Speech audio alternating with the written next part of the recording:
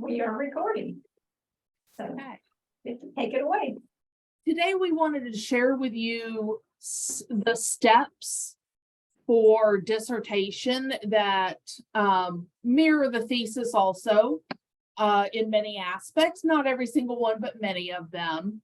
And with the advent of us using electronic forms now, we are still ironing out issues, of course. So please, always let us know if you're having a technical difficulty or you can't see a form or you've submitted something and we're asking for it again. We're learning and working the bugs out of the system. Laserfish is good, it's not perfect. So we're just trying to work our way through all of our forms. Hopefully by summer, we're going to actually be 100% online with all forms for all levels of the graduate school. So once a student becomes a doctoral candidate, that means that they have taken all of their comprehensive exams and met their residency, met all their coursework. I do a complete start to that point review of their file, all of their degree works. DegreeWorks is the tool that I use to review them. So what you see, I see. If you see something wrong on that student's degree works, fix it or send me a petition before you send in their candidacy information, because I'm going to come back and ask for it anyhow.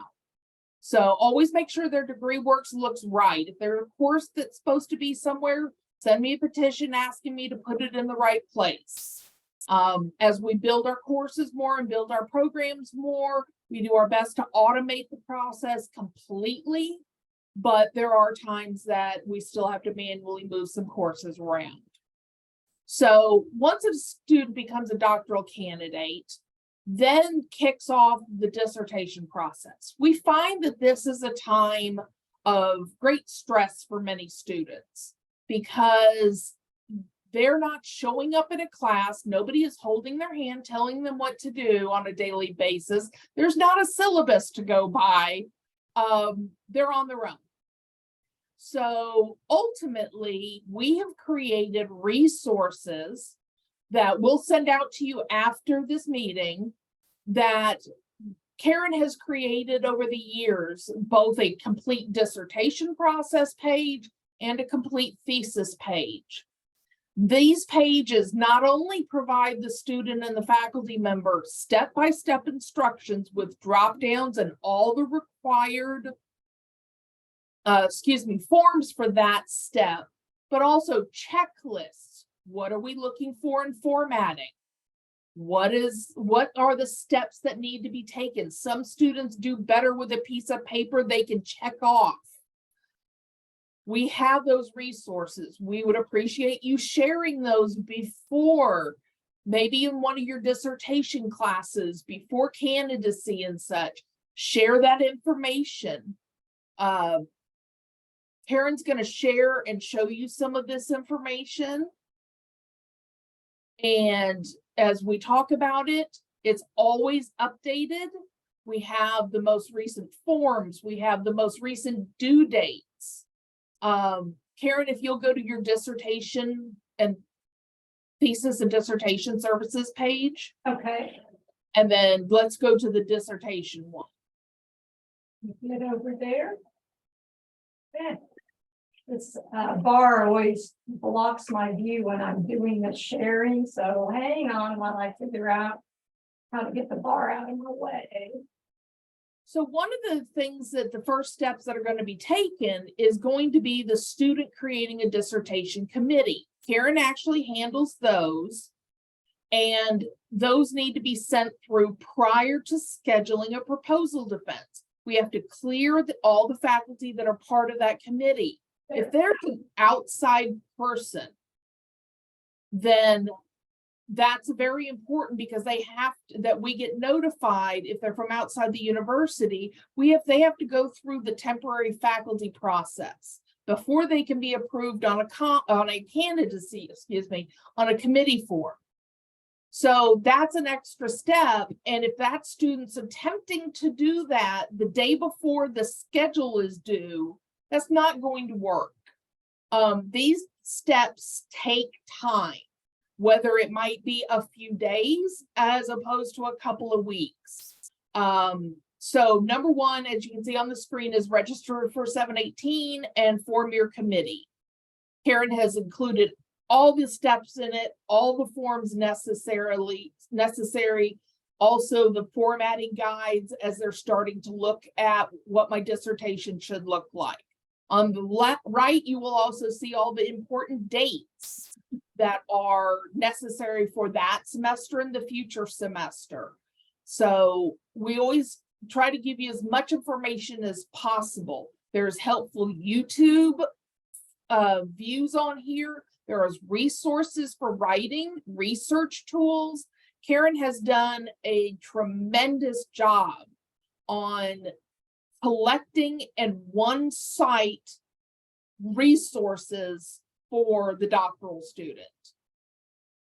This to me would be an assignment in a class to have them, you know, read very thoroughly this dissertation section, or if they're a thesis student, into the thesis area. So, because they have their own set of steps also.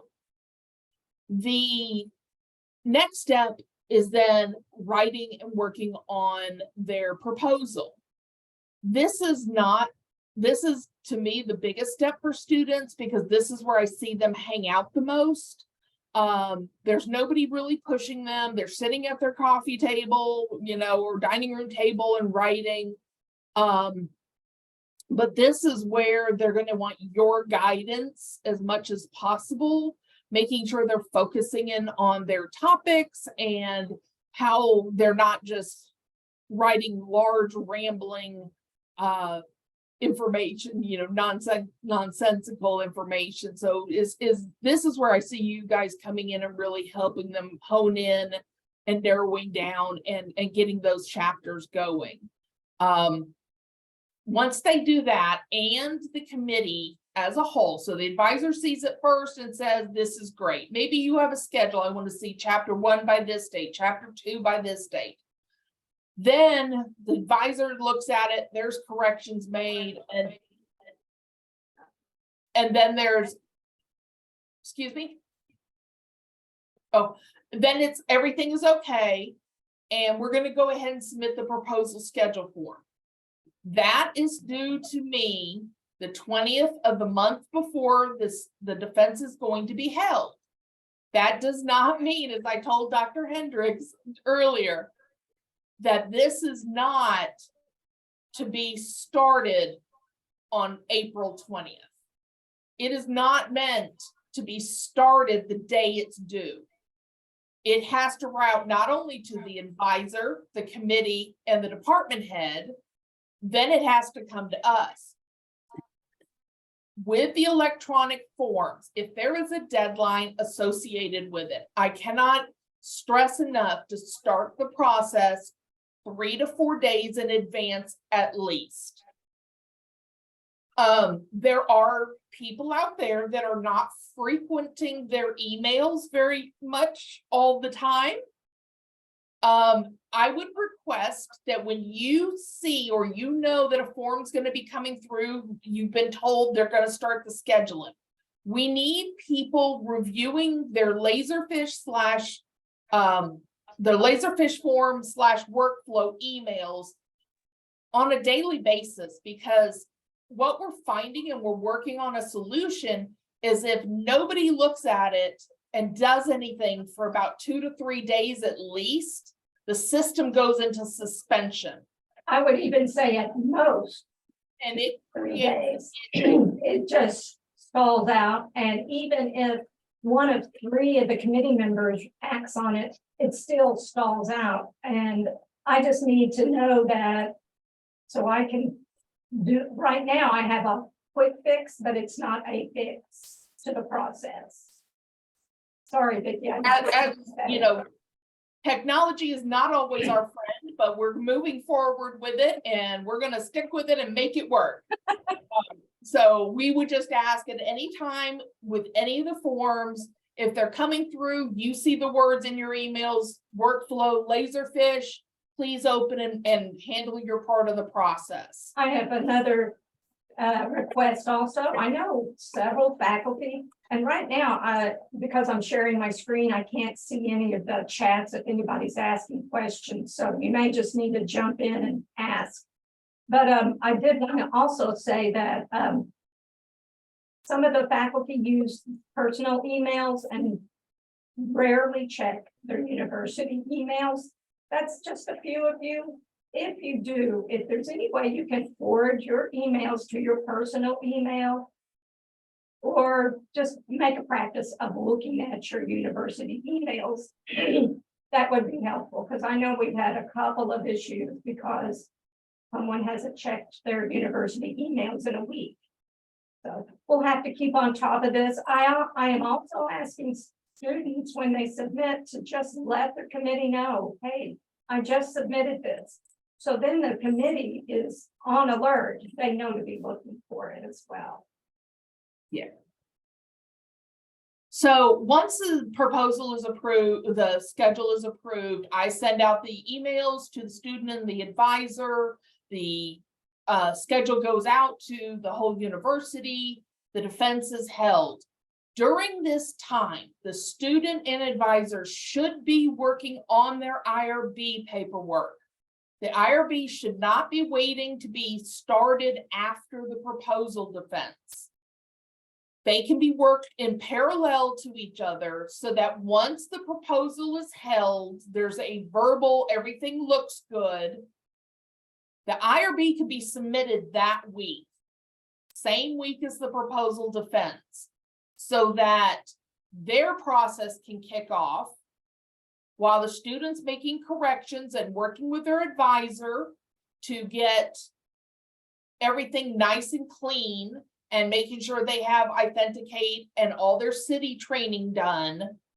Then when the IRB letter comes back, the packet of documents is submitted to the graduate school for approval. And that's when Karen does her magic, reviewing the content, turning around quickly. It's done electronically. It will route once again to everybody on the committee and the advisor and the department. It lets them attach all their documents. The only one, so it's really flows easy. The students have enjoyed it. They're not running around trying to get signatures, nor are the admins anymore. So this has really been fantastic. Just because they hold their proposal in a certain semester is not proposal approval. Proposal approval is when Karen sends her letter back to the student and advisor saying, you have graduate school proposal approval.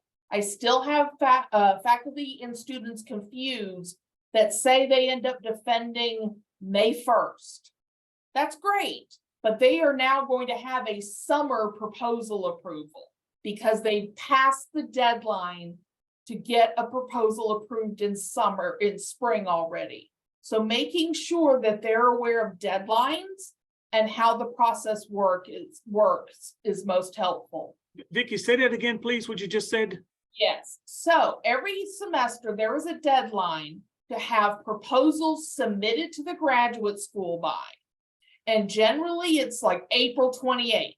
It's very much towards the end of the semester, every semester. So if I hold a defense May 1st, I've already missed that deadline. I may be holding a proposal in May, but my approval is not until summer. So the student then starts working on collecting their data and forming their last two chapters. We find that this most of the time is a little bit faster part of the process, but as I remind students, this is the time that the document needs to be polished. You may need an editor. the advisor in the department is working on content because we are no longer looking at content. And it's very critical that the document is coming to us in a finalized fashion. And I want to jump in here for some additional points to be made. I also want to point out that if a student submits their proposal for review after the deadline, they still, even if it's still within the spring semester, if it's past that spring approval deadline, they will not get spring approval or that semester approval because they didn't meet that deadline. I just wanted to really make that clear. So if the deadline's April 28th, it is for spring this semester, but they didn't submit until May 1st, then they're going to get summer approval, even though it's still within that spring semester. That sometimes throws students for a loop. And so I just wanted to emphasize that. And also I wanted to point out that the graduate school does require that the student follow all formatting requirements for the proposal. It should look as much as the final as possible. Of course, it's not complete. Won't have final chapters, may have placeholders for tables or results. That's fine, but it should be basically the final document without the final results. Thank you, Vicki. So the next major step, once the advisor and the committee agrees that this document is now ready to be finally defended, then we start the scheduling process. It will mirror the proposal scheduling. It's due by the 20th of the month before. Don't start it the same day it's due. Start it 3 to 4 days in advance. And they will attach. Karen, do you have them attaching the no, there's no documents on this one. We don't want to see it at this point. We want to see it when it's perfectly polished. So at this point, it's only the schedule form. So it's a little bit easier. There's not other paperwork to be collecting, but what we have seen in the last about 2 years are people trying to do a lot of 2-semester dissertations. This is not a good practice. And why we say that is students are required to register in 9 to 12 hours of 718. That is 3 to 4 semesters of work. And that was built because that's the department's idea that the dissertation should be a 3 to 4 semester process. I'm sorry, but Dr. Ballinger had a question, I believe. Yes, just briefly. And if you want us to wait, though, I don't mind.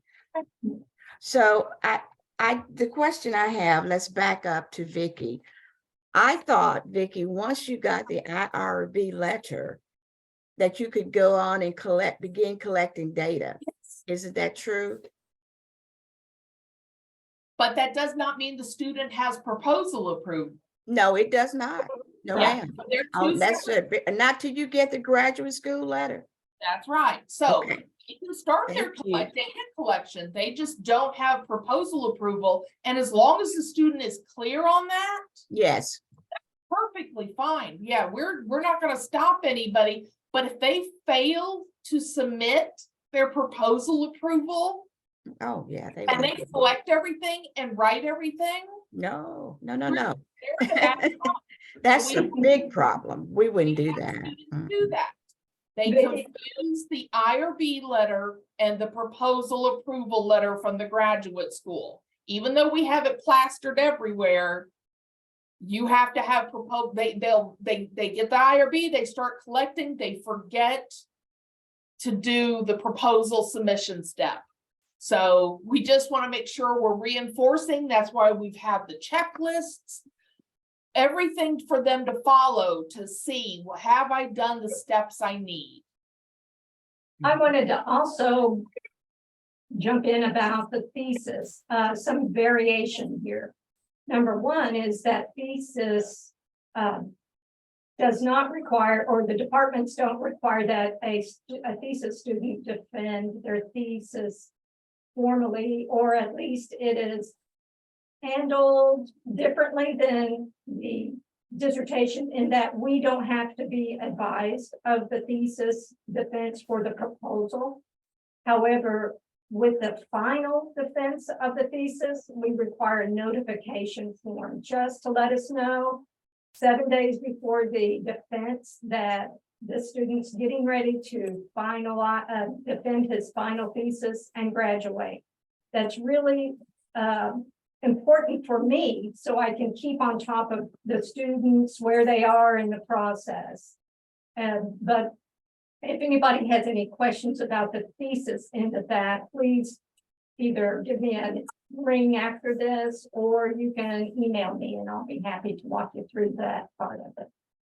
And I have the thesis checklist, which is almost identical to the dissertation, which I'll get up next, if anybody'd like to see how that works. But continue, Vicki. So once the date is set, there is also deadlines in the semester the student wants to graduate. If they're a doctoral student, they must hold their defense by a certain date, and they must submit all their documents by a certain date every semester. And generally those are, say, for this semester, it's the end of March to hold a defense, and it is due the next week, the beginning that first Friday. So the final defenses are always a little bit earlier. It gives more time for Karen to make her reviews and for us to come across anything that needs to be updated or changed. So if a student ends up holding a final defense later in April, that's perfectly fine, but they're going to graduate in August. So, and they will have to be in 718 that semester also in the summer. They're required to be in 718 the semester they graduate. So the idea is we're flexible with when they're holding their defenses, but ultimately they do have to meet our deadlines if they want to graduate within that semester. And so once they submit, Karen does her magic again, and I work with them during that time for graduation purposes.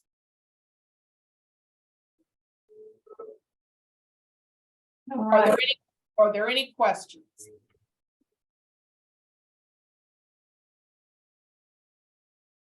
Okay. Karen, do you have anything else about the dissertation process or the thesis? Not at this point, unless somebody has questions. I did want to point out, I do have the submission guide, which looks very similar to the formatting guide, but it walks you through the digital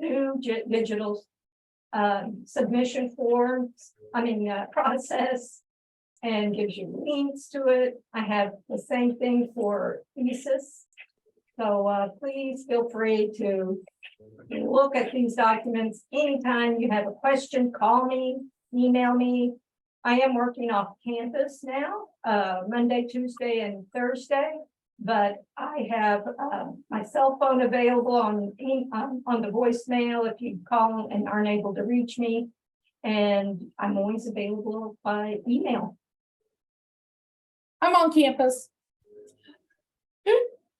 So I wanted to also thank everyone for your patience, because this has been hard for everyone. And, it's a learning curve and it's something new. It always takes time.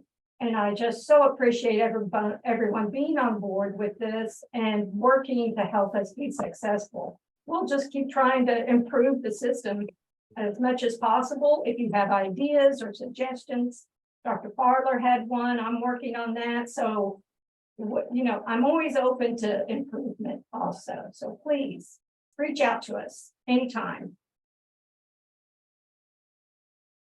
do we have any questions?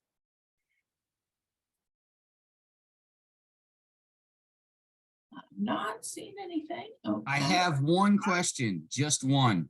Is Yes, this going to be, will this, because it is being recorded, we will have the ability to, can we like resend this? I know this was in the chat. Will we get a copy of this? It's going to be posted on the graduate page, graduate school page, as well as the dissertation and thesis, TDS, dissertation and TDS thesis webpage. Thank you. Thank you so much. I really appreciate that. Sure.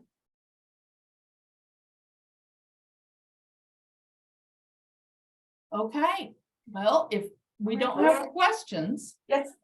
Somebody? But I heard someone. okay. We're always here. Karen and I, tag team each other, and we both try to work out issues. And, our goal is to make this a smooth process for the student, but most of all for the faculty, so that you guys are not having headaches with students. Keep us in the loop. We're here to support you in any way possible. If you have anything come up that you think, hey, this might make this work easier, let us know. We'll be glad to, throw it against the wall and see if it sticks. All right. Well, thank you very much for coming today. We appreciate you taking your time. Thank you.